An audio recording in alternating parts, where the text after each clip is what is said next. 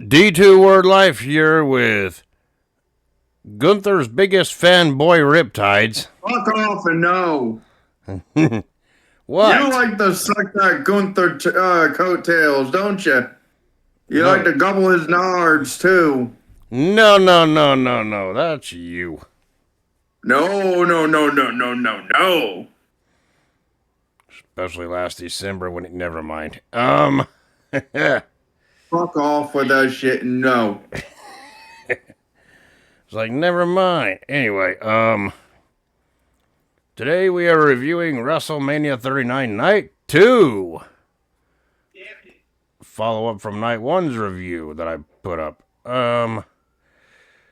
And this particular event took place on April 2nd, 2023, the next day. After Night 1, in the same location in Los Angeles and Inglewood. Same arena, or same stadium, the SoFi Stadium. With an attendance of 67,553, and it was announced as 81,395. Again, I think they're either inflating their numbers or they're just counting everyone that was in the stadium, workers and wrestlers included.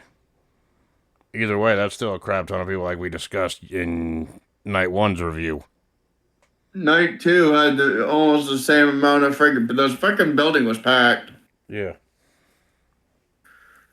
And obviously the commentators for this event was Titus O'Neil for the Triple Threat Intercontinental title match. Even Green Shirt Guy was there twice.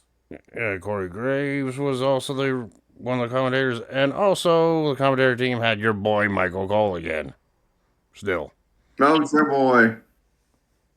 We all know that you want to see him at WrestleMania 42, Wrestle Bailey. No. One, Bailey already has a match at WrestleMania 42. It's that four-way tag team match for the women's tag titles. And no, you're the only one who wants to see Michael Cole versus Bailey. No, you do. You told me this last night. I didn't say shit about that last night. I denied that. Only you want that match. No. I mean, at this point, let's face it, Gilbert can beat freaking Michael Cole. And if you remember who Gilbert is, you're an OG.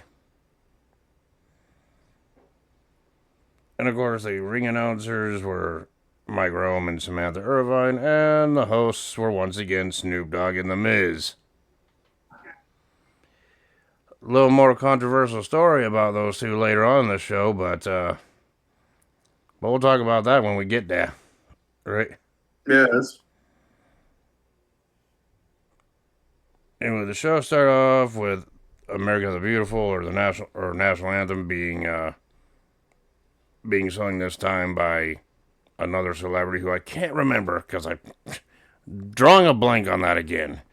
Pretty sure you'll look it up at some point and remind me, right? Probably. Also, for this year's national anthem, if rumors are to be believed that's going around online, Joe Jonas is supposed to sing it. Lord help us all.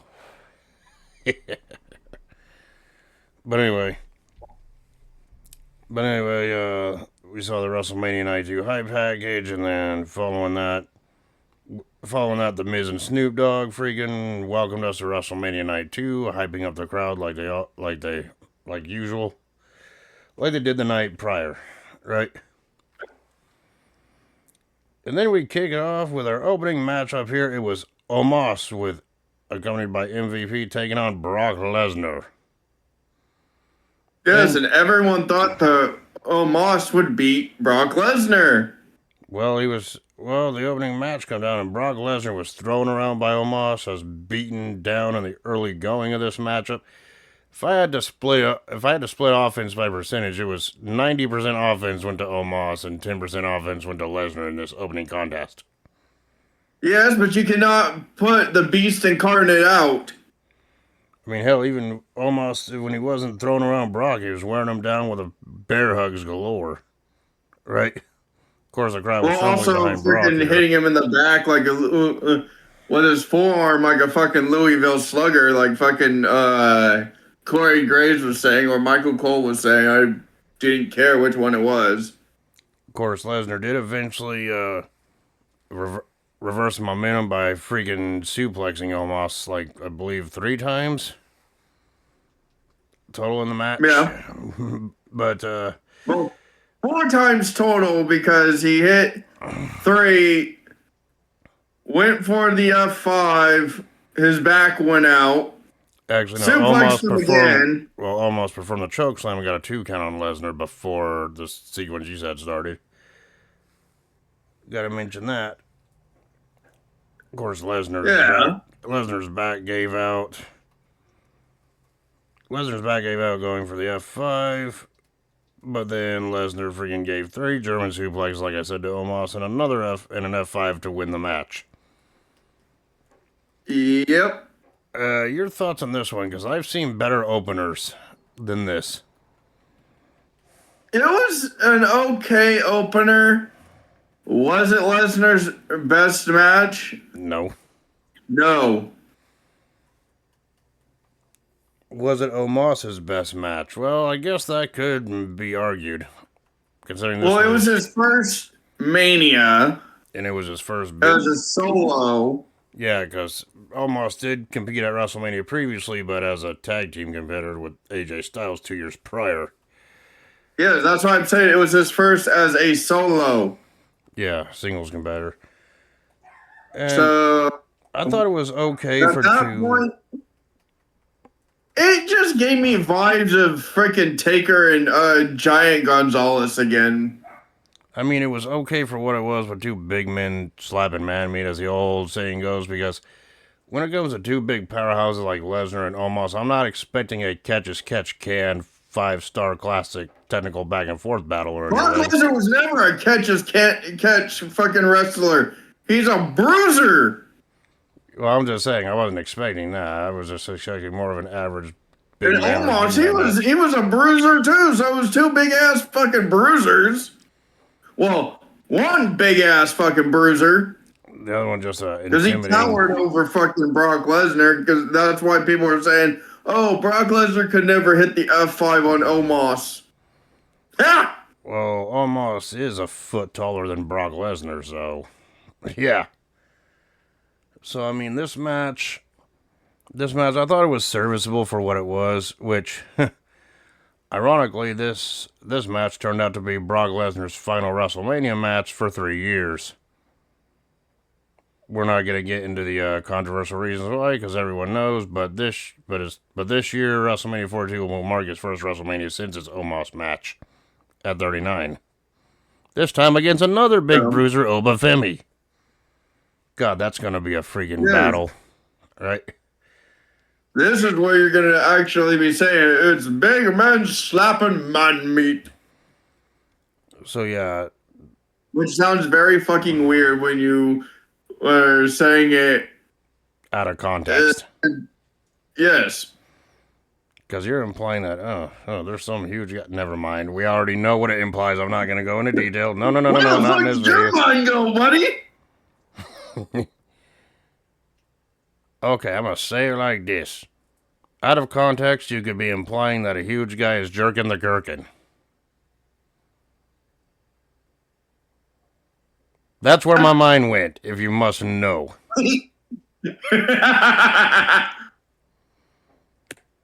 Been hanging around me too long, you see. My mind's always been this messed up even before I met you, or hung out with you, so. Yes, but I made you go further down the rabbit hole.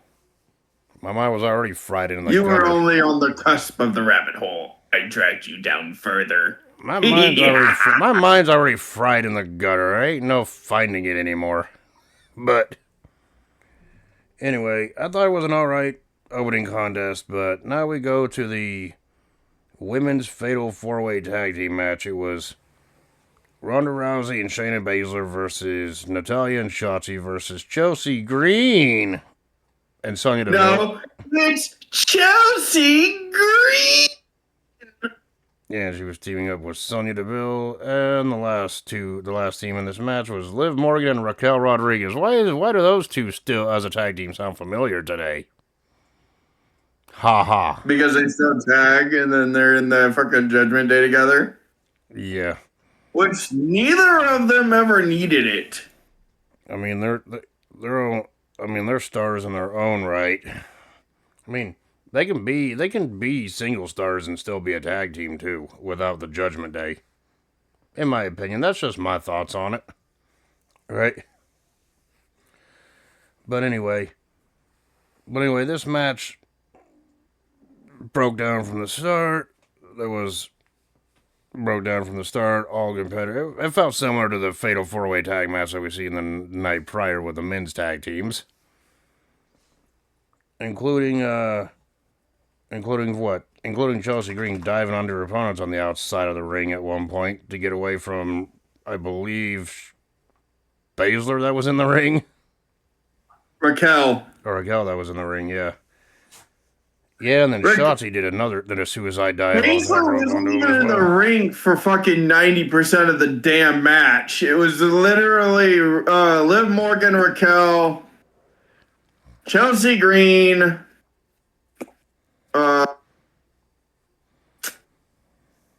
Natalya was in the ring for a couple minutes. Natalya, Shotzi, I'm blanking on her tag team partner.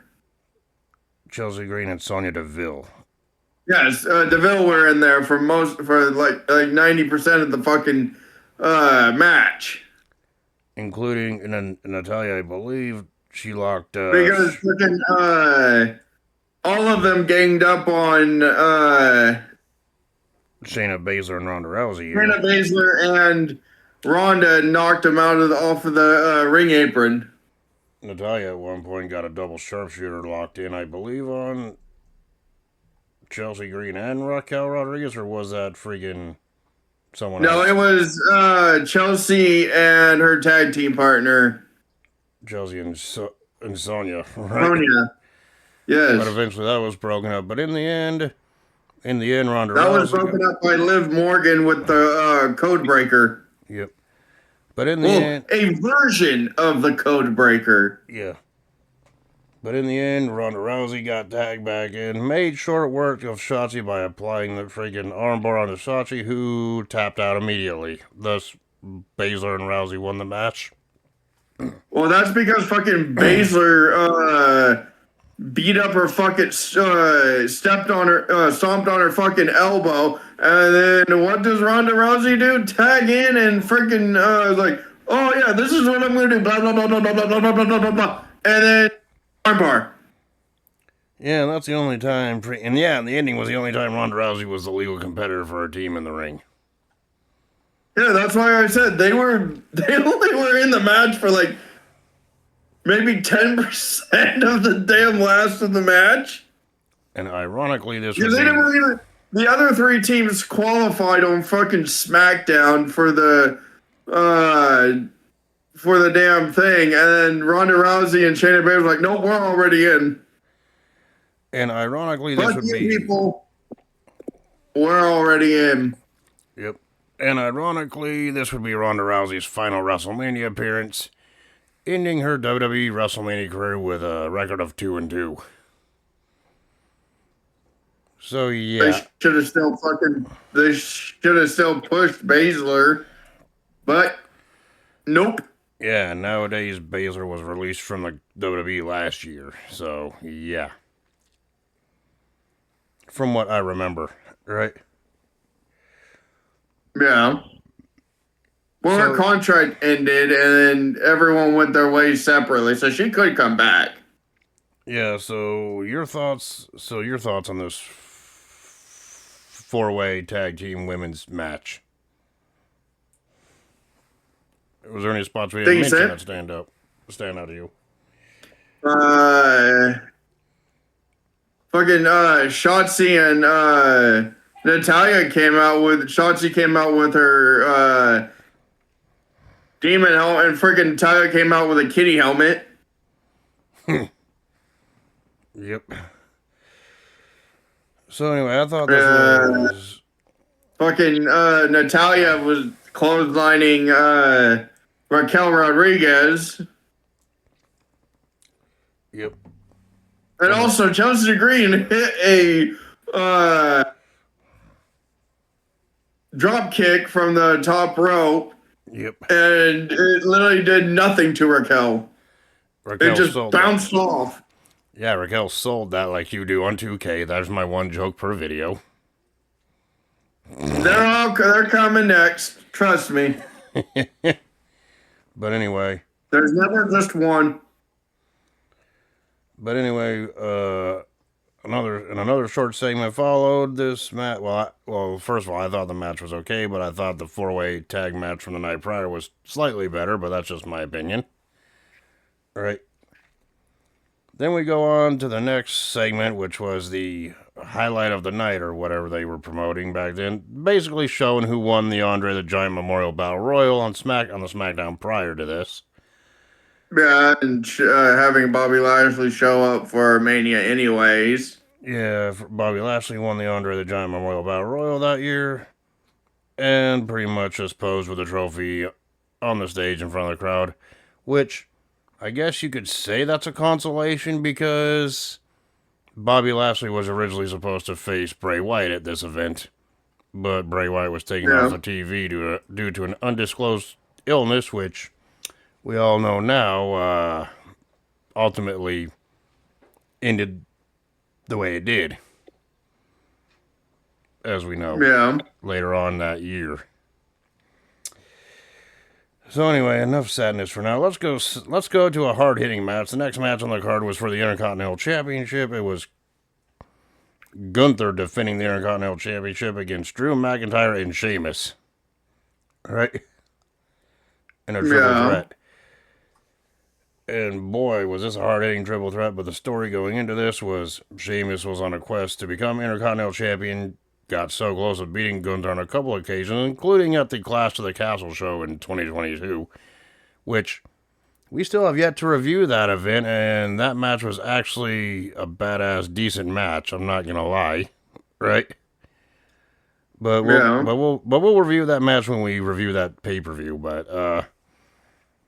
then Drew McIntyre got involved, saying he wanted a shot at Gunther's Intercontinental title. Sheamus viewed it as Drew McIntyre stabbing him in the back. Those two had a number one contenders match. Gunther and the rest of Imperium freaking interfered, thus making Gunther think, yeah, I won't have an opponent for WrestleMania. I've summoned everyone only for this triple threat match to be announced instead. Right? Yeah.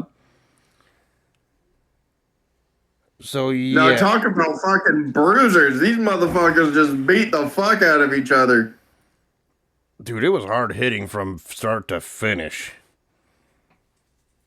I mean, hell, at one point, Sheamus's chest got chopped by Gunther so badly his chest started bleeding. That shows you how hard hitting this was. Right? Yeah, and then at another point, fucking Sheamus and McIntyre fucking were doing the 10 beats of the Baldwin and fucking just Baldwin. Fucking forearm to chest. Yeah. Chop. Forearm. Chop. Chop. Chop. Forearm. Smack. Chop. Forearm. Chop. Yeah, and then afterwards, freaking Sheamus performed the regular 10 beats of the bout on Gunther afterwards. Well, you know this. Almost a third. And then what does he do? He goes to McIntyre and doesn't almost hit the 30 count. Yep. Yeah, and of course Gunther was able to get back in it. Nailed a powerbomb on McIntyre for a 2 count, near fall. And yeah, I mean, then Sheamus then performed the white noise off the top turnbuckle onto Gunther, followed by a Celtic cross on Gunther for another 2 count. And at this point, I can't really This is just a match you have to go watch. My description, my little. Also hit him with the brogue kick. Yeah, Sheamus freaking goddamn brogue kicked McIntyre for a 2 count. After Sheamus did a brogue kick on the Gunther, but first he did it to Gunther, and then McIntyre broke it up, and then That's when those two were going at it. And Yeah. then he also hit him with the broke. And then he slapped on the Texas Cloverleaf, which Gunther gets into the ring and then chops him to have him release it. Yeah. And then what happens? We have a chop fest between McIntyre and Gunther. Yes. And The only one we were missing was Sheamus. Ric Flair. It was Ric Flair. Woo. God damn, Ric Flair'd be all over loving this match. Then Right? it would really be a chop fest because it was just chop, chop, chop, chop, chop, chop, chop, chop, chop, chop. Imagine chop, Ric chop, Flair. chop, chop. Okay, imagine Ric And all you Flair keep in hearing his is, prime. woo! Imagine Ric Flair in his prime competing in this match, making it a four-way. It'd be a bigger chop fest than it already was, like you were just describing, Yes, right? yes. But anyway, after all that, McIntyre was able to perform a Claymore kick on the Sheamus for another 2 count. Well, Sheamus battled back and broad kicked freaking McIntyre, but Gunther freaking came back in after being knocked out of the ring with a freaking dive on Sheamus. Well, Breaking up also, the did you pin. see the freaking botch that happened when McIntyre went to go hit Gunther with the freaking with the Claymore, and Gunther just fucking goes, "I can stand up. Now I go back down." Oh, jeez, yep. Up, down, up, down. What are you, a yo-yo today? Because he went to get up, stood up midway, and then fell back down. And then McIntyre slips. Yep. But yeah, after the broad kick to McIntyre, Sheamus tried to pin McIntyre, but Gunther freaking came in with a diving splash from the top rope, which is something Gunther never does, really. At least Yeah, didn't and the this time. freaking drop kick. And a dropkick. Gunther then powerbombed Sheamus onto McIntyre and then performed another powerbomb on a McIntyre to get the pinfall win. Yep. So basically, Gunther was living that meme saying, I'm gonna beat a motherfucker with another motherfucker. Basically at the end there. Right? Uh-huh. So he's like, I'm a motherfucker that's going to beat another motherfucker with another motherfucker on top of another motherfucker. Yeah. So, it's like your feelings about Gunther aside, your thoughts on this freaking hard-hitting fucking match. Because to me, this was a match of the night at this point. It was good. Fucking the wrong person won.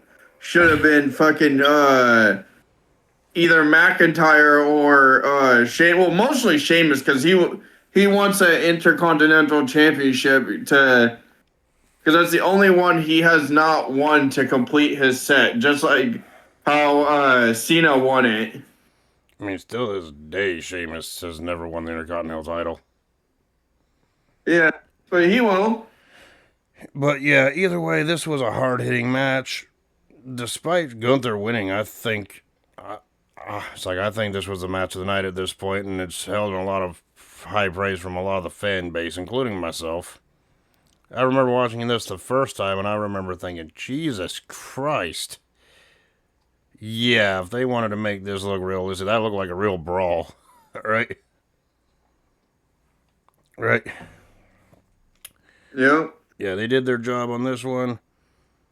And yeah, long story short, we know Gunther would go on to hold the Intercontinental title for another year plus before dropping it to Sami Zayn at the following year's WrestleMania.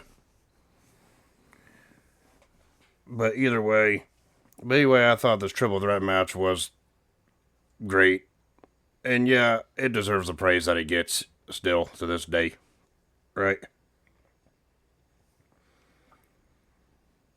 So now we go on to the next match for the Raw Women's Championship.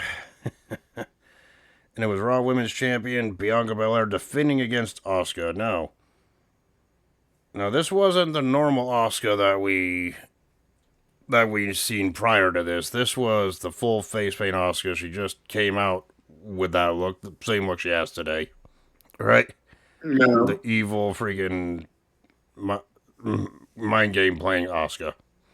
Right? No. So, yeah, in the story leading into this one, I believe Asuka won a number one contendership match, or maybe the Elimination Chamber match to become number one contender for the Raw Women's title. And then she proceeded to play mind games with Bianca Belair, and Bianca Belair at this point was champion for a year since she won the title from Becky Lynch the year prior. Right? Yeah. And, both of them make their entrances here. Of course, Bianca Belair had a special entrance for this one, right? Yeah. But after the entrances were done and the introductions were done, it was on freaking both of them Well, they went back both and had forth. special entrances because there was a bunch of people that were dressed up as Oscar, and then Bianca had the Divas of Compton. Yeah, and this match could have gone either way. At the beginning, neither of them held the advantage for very long against each other. Of course, every time freaking Belair would do something to Asuka, at the beginning, Asuka just stood there and just started laughing or smiling. Yeah, that's a little psych out game. Because how would you like it if you were beating someone up and all they were doing was just smiling and laughing at you? Right? Yeah. That would really throw you off your game plan, wouldn't it? Well, also that she used the mist and they didn't. She was playing mind games with the mist and had that dripping from her mouth too. Yep. Of course, Belair did perform a powerbomb on Asuka on the outside of the ring. Right? At one point, that looked nasty. It looked like freaking Asuka was out. Right? And at one time, and then near the end of the matchup here, after a good back and forth, we'll get to what stood out to us later. Freaking, with the referee distracted, freaking Asuka tried to use the mist, but Bianca Belair ducked it and avoided being hit by the mist. Right? Yeah. And of course, she tried to perform the KOD on Asuka, but Asuka countered into a friggin' armbar submission hold, which Belair reversed it by hoisting Asuka and her full body weight up onto her shoulders from standing up, and ended up hitting the KOD to retain the champion, and got the 3 count to retain the championship. Yeah, well, she hesitated to go into her Oscar lock, which she should not have hesitated. She should have locked in the Oscar lock. If she did, she would have won. To be honest here,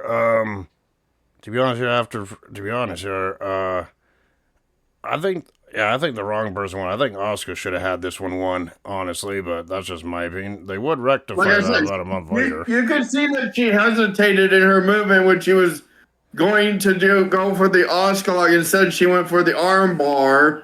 Yeah. And then that was that was the wrong thing to do for her to fucking hesitate instead of just locking in the Oscar lock. But yeah. If she would have locked in that Oscar lock at that time, she would have won. In my opinion. Well, in a lot of people's opinion. But yeah, your thoughts and any other spots that stood out to you in this match besides what we mentioned at the end? I mean, freaking Asuka was dominating for the most part in the middle before Bianca Belair's comeback. I know that, right? Oscar was dominating 85% of the goddamn fucking match. She was in her head. That's why I said if she did not hesitate, if she didn't freaking go inside her own head for 1 second, and if she would have locked in that Oscar lock, it would have been over because no one really doesn't tap out to the Oscar lock. Yeah. Yeah, but anyway, I feel like the wrong person won. They would rectify this about a month later at Backlash, I believe, with Asuka winning the championship, but honestly, I think Asuka's reign should have started here, but the WrestleMania jinx for Asuka continued at this event. Right? I mean, shit. I mean, The Undertaker had an undefeated streak. At WrestleMania, Asuka has a defeated streak for some reason. As we know, right? Yeah. But either way, I thought the match was alright. It's not the best Asuka or Bianca Belair match I've seen, but hey, it was serviceable, right? So next we go to, oh boy. Should you take the reins on this or should I? Because the next segment is the Miz and Snoop Dogg segment. Oh, the Miz and Snoop Dogg come out again and announced that for both weekends it was 162,000. It was 161,892 combined. 161. Well, it was close to 162,000 and something. Yeah. Yeah, and then the Miz stated he wasn't ready to compete in the match from the previous night, and then Well, he was like, "Oh, you came out and had me in a match against Pat McAfee in a $10,000 suit. I wasn't ready." Then what happened? He's like, "Oh, My bad. really? Yeah, Snoop Dogg was like, my bad. What do we hear, Dustin?" Snoop was like, my bad, and he goes, no, I'm just saying my bad. And then all of a sudden we hear, And he's like, "Oh, so you're sorry?" He's like, "That's not what I mean by my bad. What I mean by my bad is my bad." yeah, and then all And of a what do sudden we hear? we hear Shane McMahon's theme song start playing. Here comes the money. Yeah, and then Shane McMahon came out, pretty much challenged Miz to an impromptu matchup, which Which you can't say that TKO can't hear because they're not getting very much. yeah. But anyway, this match started Shane McMahon challenged freaking The Miz. The Miz at first protested, but The Miz at this point was competing in his freaking, what do you say, $20,000 suit or something? Yeah, because he's like, "Oh, Shane McMahon didn't even challenge him. Snoop Dogg set it up for it. Because Shane McMahon comes out, does his little promo saying, "Oh, that meant a lot to me. Thank you, Vegas Yeah. or Or LA." thank you, LA, because they were in LA for this one. If you really would have said thank you, Vegas, everyone would be booing. No, that's not where we're at. No, they wouldn't. But anyway, Then, let's just put it like this. The match started off with Shane McMahon getting off. and then he threw the mic out, and freaking Miz was like, "No, I'm in a 10 times more expensive suit." So yeah, $20,000 suit. And then Shane McMahon proceeded to beat his ass. Yeah, and then at one point, freaking McMahon. And this was a WrestleMania 35 rematch because they fought at WrestleMania 35 previously, but literally near the beginning, McMahon would do the leapfrog spot over the Miz, but on the landing he tore his quad, and then when he got back up, he tore his other quad. That's the scary part about this. And then the Miz was just running around. And he just looks at us, looks all upset, angry, and he goes. And I guess at that point they were relaying to the Miz like he can't continue, he can't get up, something's wrong here. And then Snoop Dogg. That's why they had to deviate and put I guess Snoop Dogg came Snoop Dogg in there, and Snoop Dogg fucking knocked his ass out. He rocked his shit. Yeah, and then being like, look what you did to my freaking home. You alright? Look what you did to my home. You know, saying the shit, trying to stay in character during a serious situation. So, Yeah. So Snoop Dogg wrestled the Miz in an impromptu match. Miz got back up. Snoop Dogg punched him again. And then Snoop Dogg did a variation of the people's elbow to the Miz to get the 3 count and win the match. And as Michael Cole calls it, the doggy elbow. Yes. So technically, I guess you can say that for the first, Miz made history by losing at both nights of WrestleMania, though this moment is scary, and yeah, your thoughts on this whole thing? It was good, and then that shit happened. And that's when you know, oh shit, something's wrong, it's freaking real, right? Well, everyone didn't know he tore his quad. They thought that he tore the ligaments in his knees. Yep. And then when they took him to the hospital, they're like, "Yeah, you tore both your quads." which is ironic. I'm not saying ironic as in funny, I'm saying ironic as in coincidence. Because Shane McMahon would not be the first McMahon family member to tear both of his quads in the ring. Vince McMahon did the same thing at the Royal Rumble in 2005, as we know. Yeah. So yeah, that's And pretty Triple bad. H. And Triple H, well, those are two different shows. We're talking the same time, right? Yeah. But either way, this was bad. And yeah, kudos to Snoop Dogg and Miz for being professional coming up with an impromptu ender. Right? But yeah, we haven't seen. And this was Shane McMahon's final appearance in WWE, by the way. All right. It wasn't his final because he had more appearances at one more pay-per-view, if I remember correctly. And then it was his final. But yeah. Because he came back from knee surgery, the quad surgery, but it took a while. But anyway, it's unfortunate how this all went down. Yeah, seeing Shane McMahon was a shocker, but it was also scary seeing that. Right?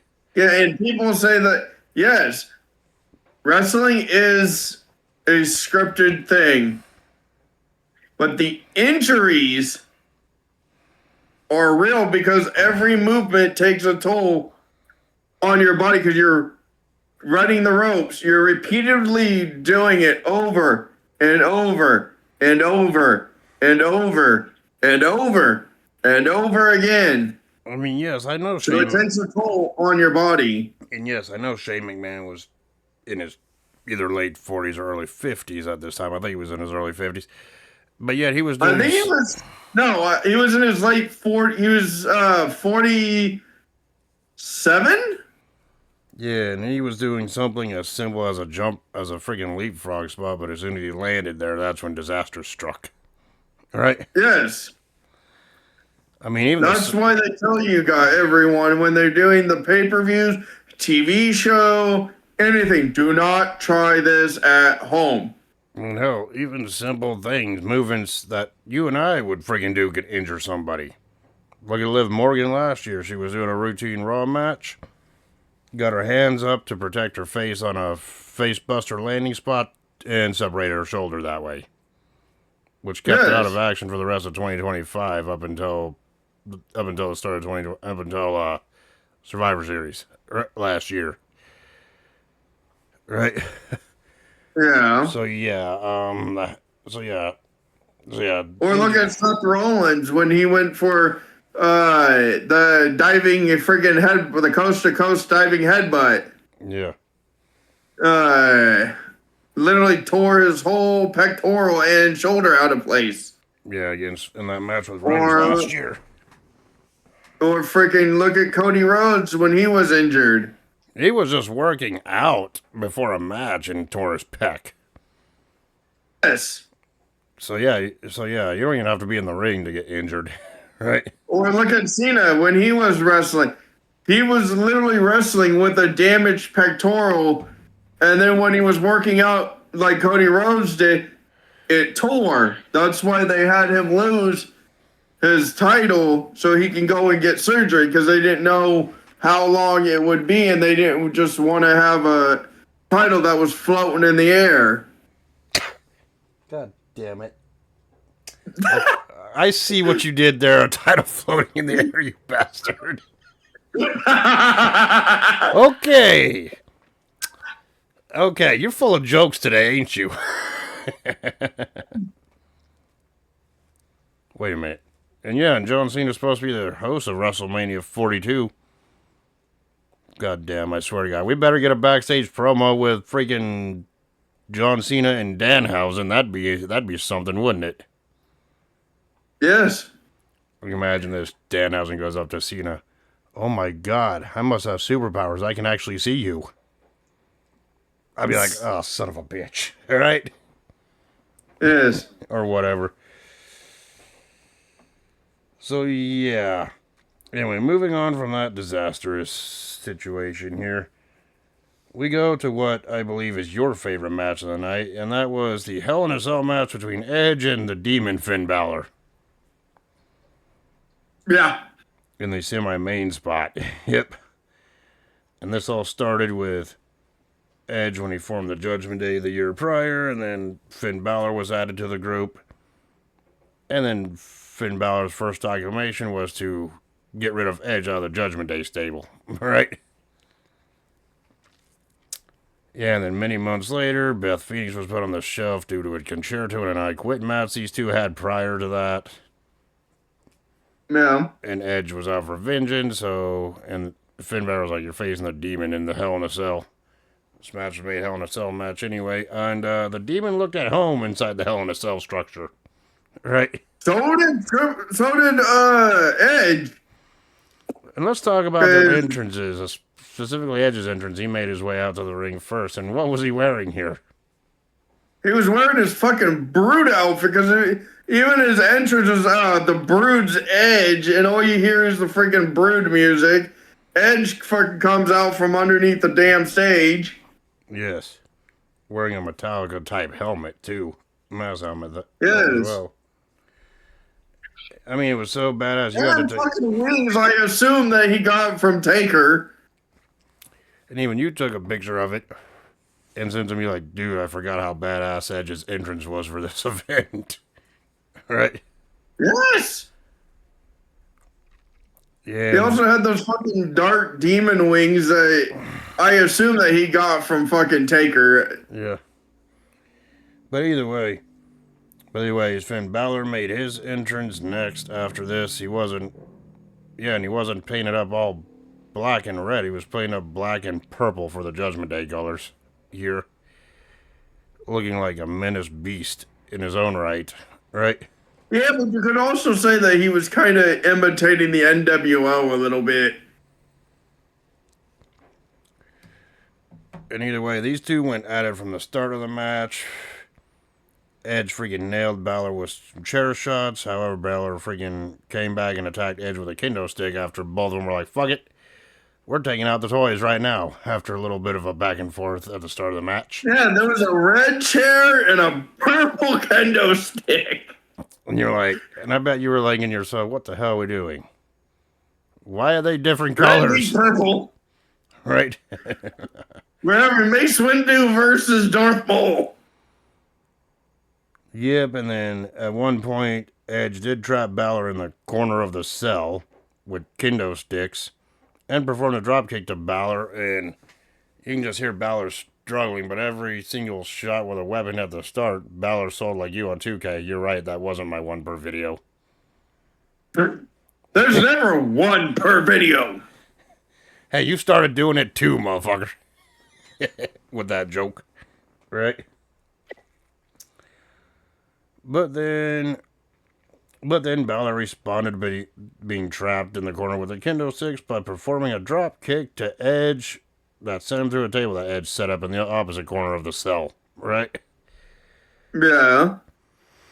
And of course, after the match... Well, after he literally fucking grabbed kendo sticks and literally fucking pinned the demon to the side of the damn cage. Yeah, I mentioned that earlier. And of course, you know how Edge responded to being thrown to the table, which was a purple table that he set up. I figured I had to say that, since we're talking about weapon colors.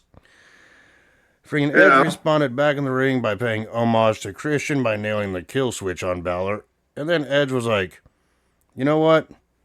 I'm going to go underneath the ring and pull out a ladder, which Edge promptly did. And Edge threw the ladder at Balor's head, thus busting him wide open by accident. Making Balor freaking spill pools of blood out of his head. Right? Which the referee was like, okay, we gotta get the doctors in here to try to freaking at least stop the bleeding. That cut was massive by accident. Right? Yeah. Yeah, and everyone was booing that, but I'm like, yeah, better safe than sorry. That could have been concussion territory. And I remember the next day after this, Balor posted on his Instagram page all the staples he got on the top of his head because of it. Right? Well, they use like heat and ice to kind of heal the wound a little bit. Yeah, but either way, freaking Balor fought back. Fought back to Edge after being like tended to. Obviously, because wrestler safety is important here, right?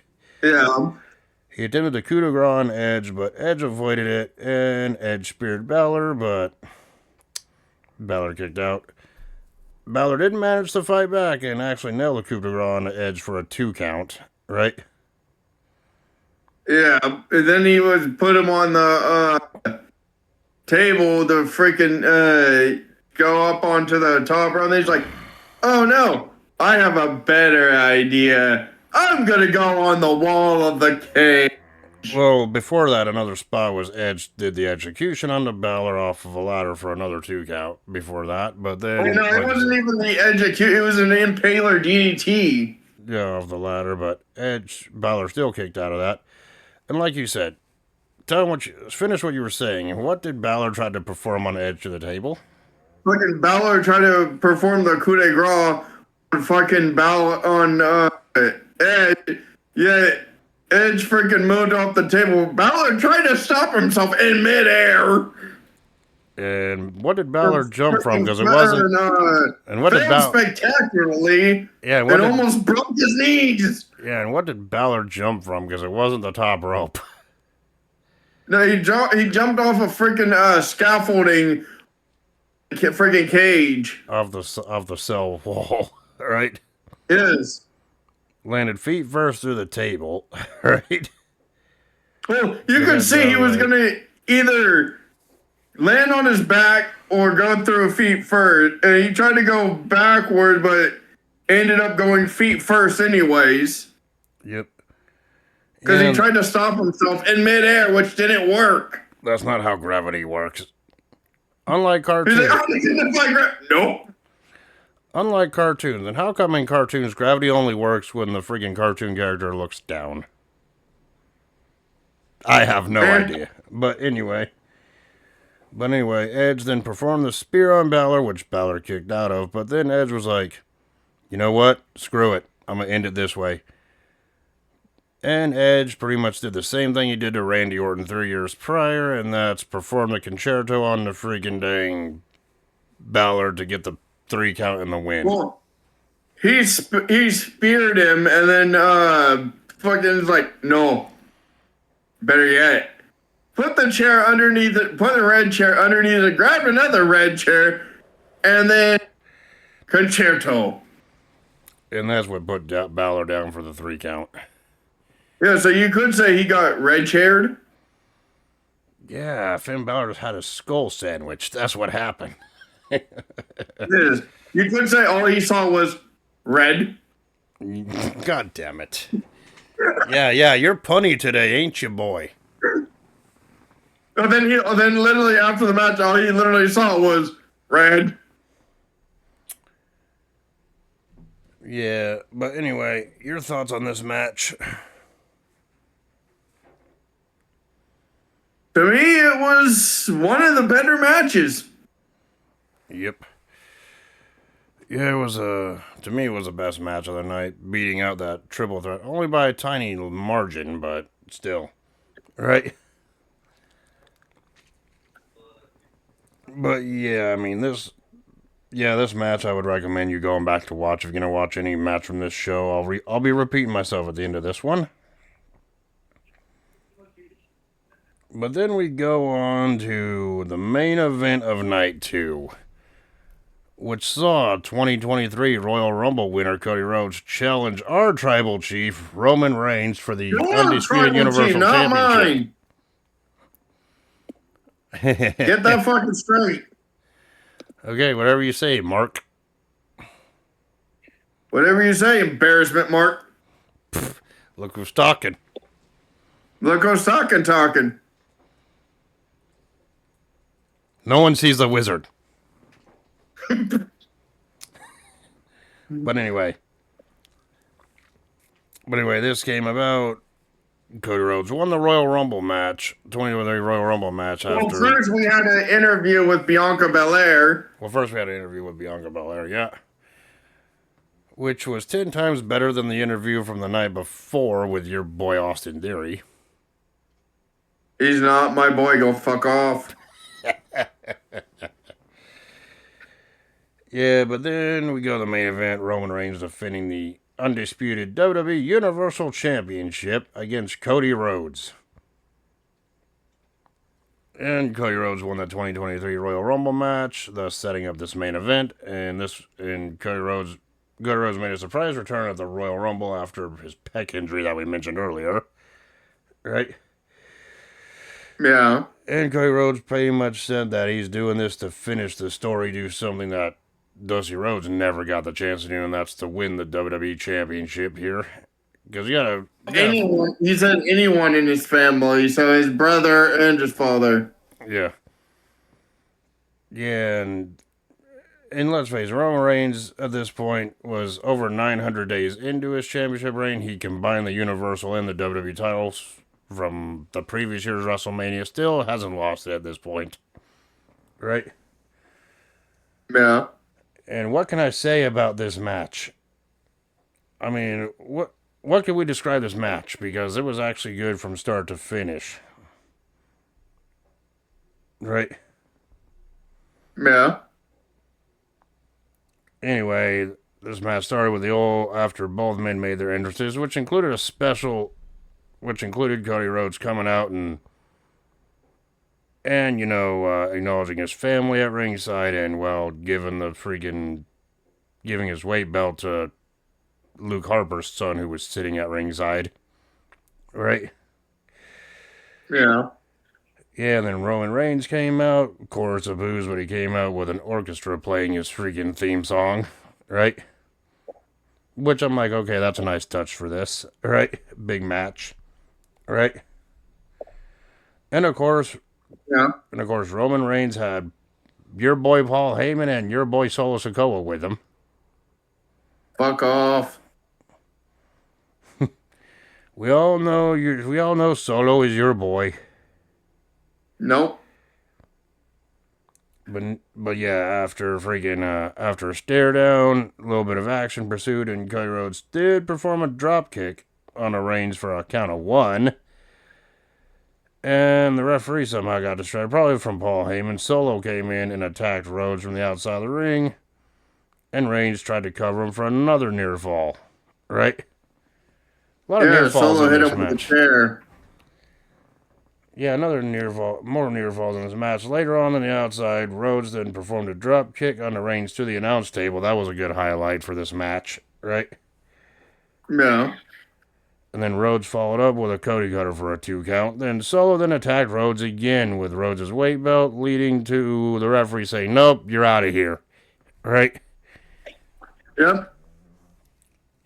Yeah, and the fans really wanted Rhodes to win this one.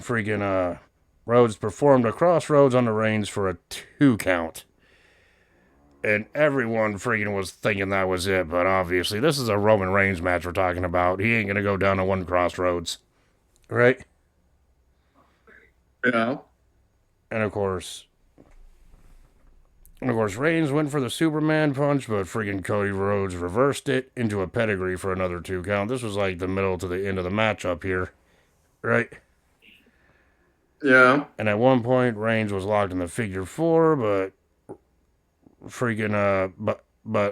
Reigns was able to reverse it, but Coach got to the rope to get out of the submission hold. Right? And at one point, referee was accidentally taken out by Cody Rhodes after he got out of a guillotine choke, right? By Reigns. Yeah. And it was by accident, so the referee was taken out. And then both Rhodes and Reigns knocked each other out with clotheslines at the same time, right? And at this point, this match had been going on for a better part of like 20, 25 minutes. The fans were into it. I mean, like I said, I can't describe every freaking spot in this match. You just have to watch it for yourself. Then as soon as Cody Rhodes made it up, he attempted a DDT on on the freaking Reigns, but the Usos came out and attacked Rhodes. Of course, the typical bloodline match, Roman Reigns match, you gotta expect the bloodline to interfere around at this time. Yeah. So yeah, this wasn't nothing new. Even back then, it was nothing new, right? To see. Yep. And then the Usos were able to perform the 1D on Rhodes, only for Owens and Zayn to then come out to make the save by attacking the Usos, who they beat the previous night at night one for the tag titles, right? Yep. And then after the Usos were dispatched out of the ring, Owens performed a stunner on Reigns, and then Zayn set up freaking Reigns and delivered a haluva kick on Reigns before going back and brawling with the Usos again, right? Yeah. And Kevin Owens hit Reigns with a stunner. Yeah, yeah, and then freaking Zayn hit him with a hit Reigns with a haluva kick afterwards. And now the referee was back, and Rhodes Cody freaking Rhodes got up and hit him with fucking Cody hit him with the Rhodes then made the pin on Reigns. crossbones. Yeah, Rhodes then made a pin on freaking Reigns after the double team from Owens and Zayn, only for Reigns to kick out. So yeah, yeah, and then Rhodes countered another Superman punch with the bionic elbow made famous by Dusty Rhodes. Yeah, and then that's when Rhodes got the momentum on his side here. Rhodes then hit not one but two crossroads on the Reigns at the end, but then the referee got up, Heyman got up, distracted the referee, and as Rhodes was looking for the third crossroads that would put the nail in Roman Reigns' long-ass title reign here, who interferes? Solo Sokoa. Solo Sikoa came in wearing a freaking hoodie as if we already didn't know who the hell that was, right? Yeah. He nailed Rhodes with the Samoan spike, which enabled freaking Reigns to freaking nail one last spear on Cody Rhodes to get the 3 count. And retain the Universal Undisputed Championship, which everybody in the arena was freaking disappointed with that result. Right? Yeah. And WrestleMania closed out with freaking Roman Reigns posing with Solo Sikoa, Paul Heyman, and holding up the 2 champion world titles above his head. And what did Cody Rhodes get for his efforts? A rubber chicken. I felt like I had to say that, right? But anyway, my thoughts at the time watching it, yes. I know you call me the freaking Roman Reigns mark. It ain't no secret I'm a fan of Roman Reigns, but even I gotta say back then, I wasn't too happy with this result back then at that time. I honestly thought Cody Rhodes should have won this match, honestly. But you gotta think about this. With the power of hindsight, we now know what would happen a year later. My thing is, like, if Cody Rhodes won this match, the insanity of WrestleMania 40 the following year would have never taken place. At all, so at least we have that.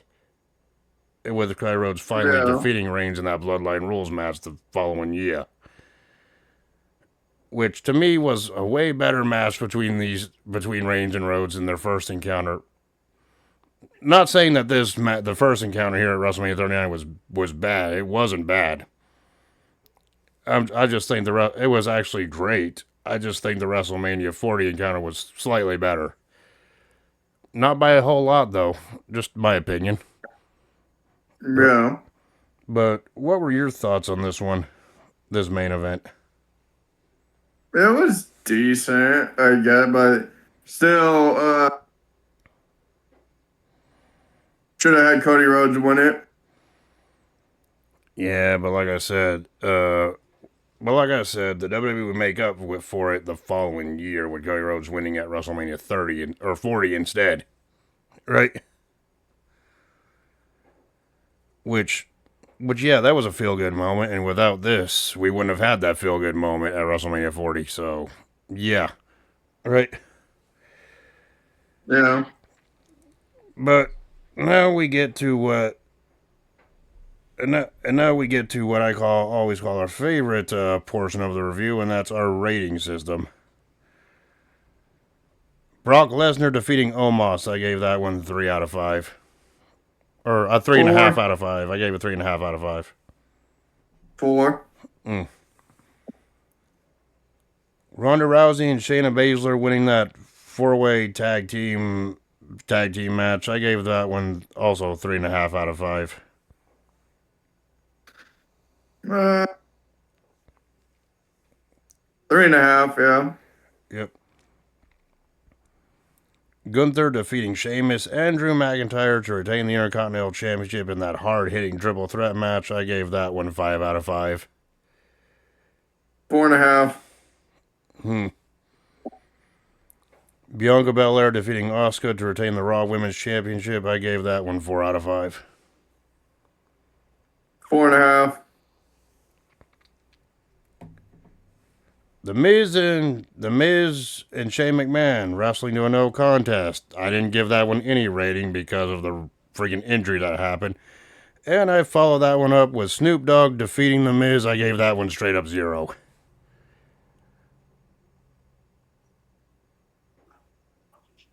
For The Miz and Shane McMahon, I gave a 3, and for Miz versus Snoop Dogg for the freaking to keep the match going, I gave that a 3.5 because it was decently done. Yeah, despite the real life scary circumstances, why The Miz and Snoop Dogg had to impromptu the spot. Right? Yes. Edge defeating Finn Balor in that Hell in a Cell match. I gave that one 5 out of 5 out of 5.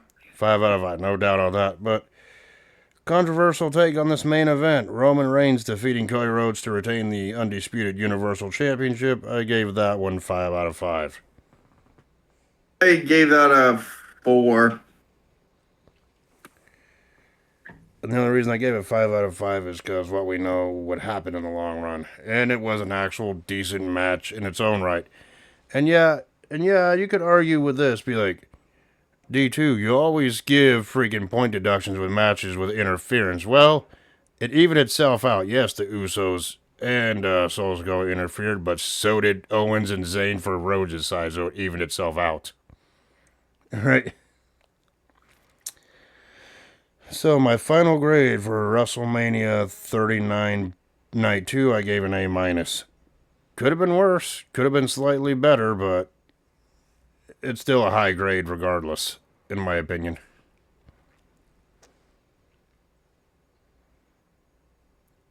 And my final grade for My grade as a whole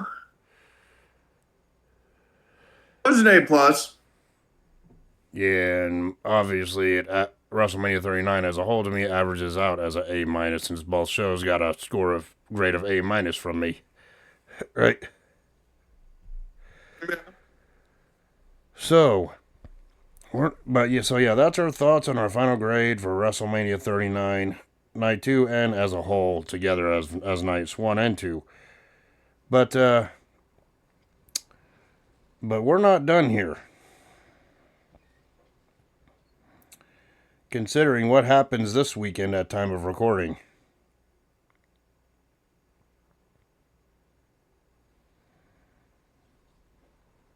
Yeah, WrestleMania 42. Yeah, we got WrestleMania 42 to look forward to. So,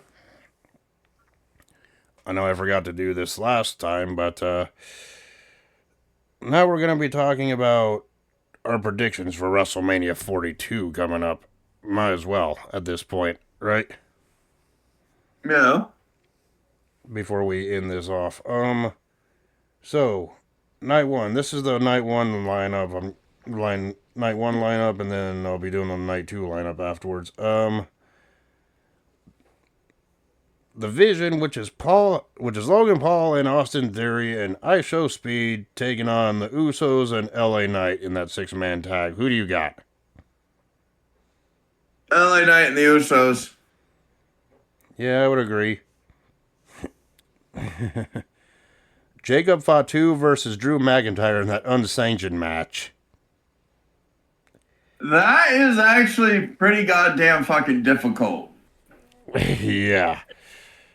Hard for me to predict the But if I winner. had to, I'd give it to Jacob.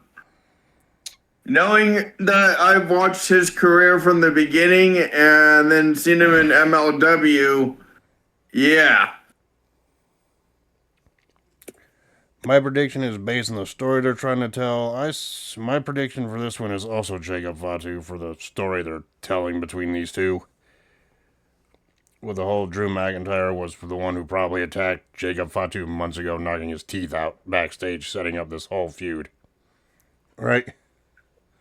Yeah. Oh yeah, here's a tough one. Stephanie Vicaire defending the women's world title against Liv Morgan. Your predictions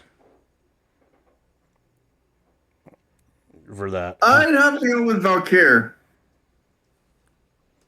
Yeah, I can. Yeah, I understand where you're coming from with that one, but for me personally, I'm just going. My prediction is Liv Morgan, only because, well, she deserves to be in a women's world. She deserves a world title match after everything she's proven over the last couple of years, and that comeback from injury and winning the women's Royal Rumble. But I'd be happy with whoever wins either way, honestly. Right? Yeah. AJ Lee defending the women's Intercontinental title against Becky Lynch. Your prediction. AJ. Okay. My thoughts on this, it's like, I think AJ Lee may retain the championship here. Don't get me wrong, I'm a fan of Becky Lynch's, but Becky Lynch already proven everything she needed to prove with that women's Intercontinental Championship, considering she's a two-time champion. I feel like AJ Lee should win her first WrestleMania match back, and that way they can somehow put Becky Lynch back in the women's title hunt or women's world title hunt after this match.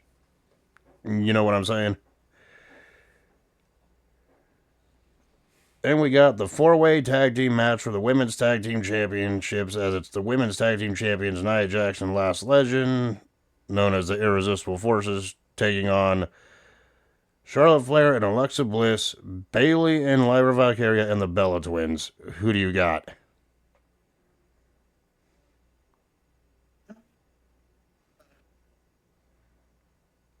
What was that? Honestly, I think this one could go It, either way.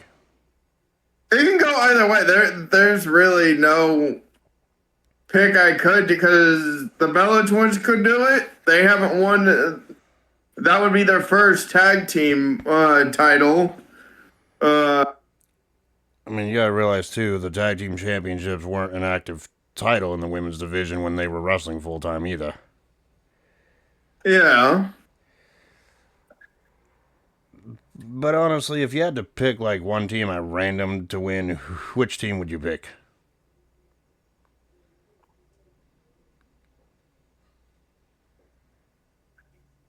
Who else is in it? We got Nia Jax and Last Legend, the current champions, Charlotte Flair and Alexa Bliss, and Bayley and Lyra Valkyria. Bliss and Charlotte. Hmm. This match could go either way. I could be totally wrong, but I think Bayley and Lyra Valkyria should win them. Should get. That's my prediction. Considering they were robbed of that tag team title match last year, right? And it seems like Charlotte and Bliss are slowly turning heel. If Bayley and Lyra Valkyria win this, you can have those two teams being a feud, right? But No. okay. Oh, this one I'm gonna be really curious to hear your prediction on Gunther versus Seth Rollins. This is the only fucking time I'm gonna fucking do this. It's gonna be Rollins. So petty with that answer. Go fuck yourself.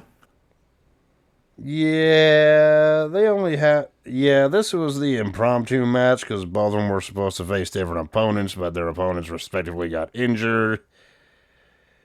So, yeah. If I had to predict, I would say Rollins to win as well. because it makes more sense long term story wise, right? Yeah. And of course, the night one main event with Cody Rhodes defending the WWE Championship against Randy Orton with Pat McAfee in his corner. Orton. And your reasoning for that one? Oh, this is the most sadistic Orton that we have right now. So we have '09 Orton back, and he is gunning for that fucking title.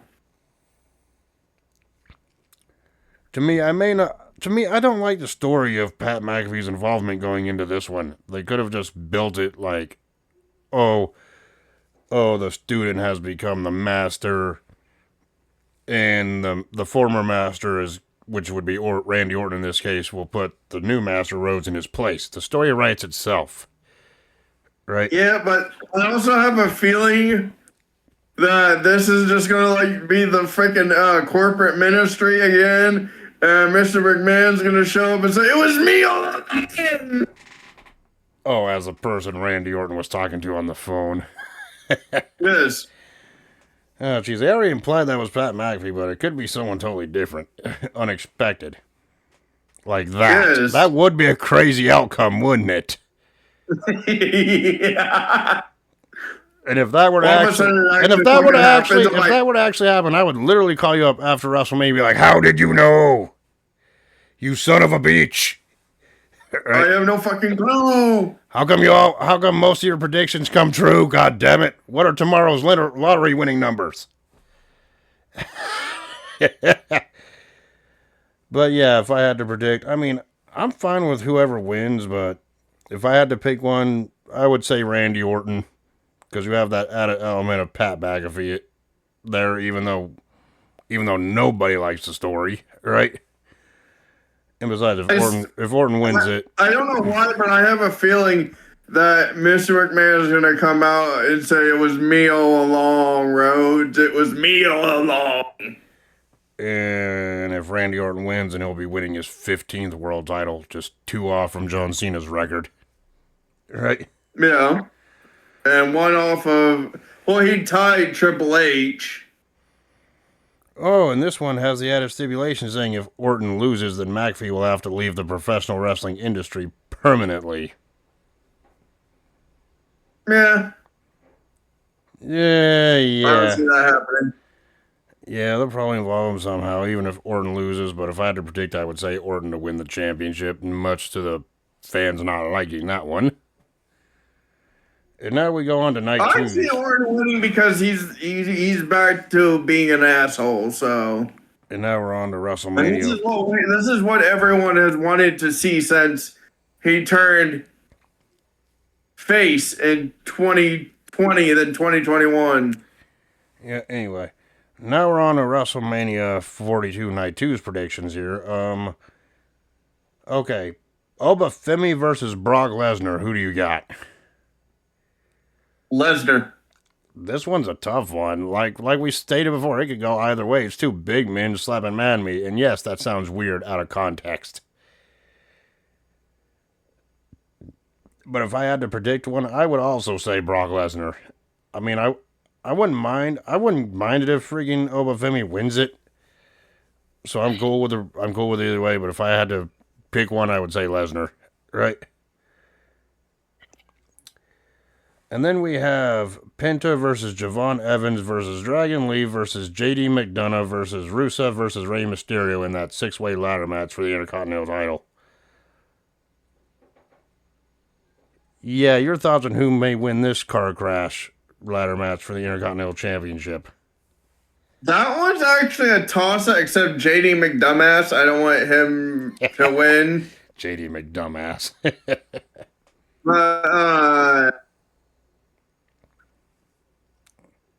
Fucking Rusev was an Intercontinental Champion. He worked his ass off for that title. And Rey Mysterio worked his ass off for that title. It is called the working man's title, so Workhorse title, yep. And Penta, The current champion. It's a toss-up. I literally say fucking 50-50 to everyone except for JD. Shocker. Shocking reveal. JD wins it. What would you think? You'd be like, what the That would hell? flip the whole fucking script. I would say, if I had to make a prediction, I can't stick with one just from this, so I'm going to predict two. I would say either fucking Dragon Lee or Pinta to retain, but both of those could be wrong. I could be wrong on both. Either way, either way, we know that's going to be a car crash. Women's Championship match. Jade Cargill defending against Rhea Ripley. This one should be an obvious one, but who do you predict? Rhea. Yeah, I also predict Rhea Ripley. That one was too obvious. Right? No. Yeah, and either way, it's two big women slapping women meat.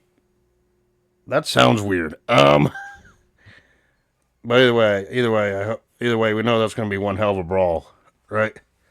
And there's Yep. rumors that Bianca Belair may return and get involved somehow. Maybe cost Jade Cargill the title, but we'll just gonna have to wait and see. Well, if she fought, it'll be about fucking time that she returned. Yep. United States Championship match. U.S. Champion Sami Zayn versus Trick Williams. Who do you got here? Because Sami Zayn has been showing some heel tendencies recently during this feud on SmackDown. Yeah, it's a toss-up because Trick Williams is good in his own right. Yeah. But if you had to predict one, who would you say? I'd say 50-50. I can't choose. For me personally, don't get me wrong. I mean, Trick Williams has improved. I think he's great at the level he's at. But when it comes to the experience factor, I say Sami Zayn, and I'm predicting Sami Zayn for this one to retain the U.S. title at WrestleMania. But I could be wrong, just like every one of my predictions could be wrong. Right? Yeah. And then we have the Demon Finn Balor versus the Trash Can. Who do you got? Finn. Yeah, I say Finn Balor is going to beat Dominic Mysterio as well. No questions asked, but to me, this one's the really tough one, considering I can see it going either way, and that's the main event for night 2 for the World Heavyweight Championship, as we see CM Punk defend against Roman Reigns, the best in the world versus the Tribal Chief. Punk. To me, it's like you for some of these, it's a 50-50 toss-up for me, right? I'd say Punk. It's like, for me personally, I'm a fan of both. I don't care who wins. I'll be happy with this result either way, but if I had to predict just one, since you definitively went Punk without even thinking about it, which obviously I knew you would based on your reactions last Monday at Raw that we were at in person. Honestly, if I had to pick one, I would say Roman Reigns, but either way, I'd be fine with either one of them winning the match, whether it's Punk retaining or Roman Reigns winning it. Shut up! So yeah, I say Roman Reigns, you say Punk. I guess we'll just have to wait to see what happens on Sunday. Right? Yep. So yeah, that's our predictions for WrestleMania 42, the entire 2-match card. So yeah, I know. So yeah, so WrestleMania. So our next review is going to be WrestleMania 42 Night 1, followed by WrestleMania 42 Night 2 the next day. Yes, So, but also at this point it would be my pick, but we'll wait and see after night 2. yeah, yeah. Come night 2's freaking review at the end of it, I'll just be like, so, what's our, I'll be like asking you, so what's the next review we're going to be doing next week? And when I mean next week, I mean later on this week. Because, I'm a smart ass like that. Right? Yes. So, yeah, until then, I hope you all enjoyed, and, well, we hope you have a good WrestleMania weekend, because we know we will. Yep. So until then, we will talk to y'all later. Peace. Doses.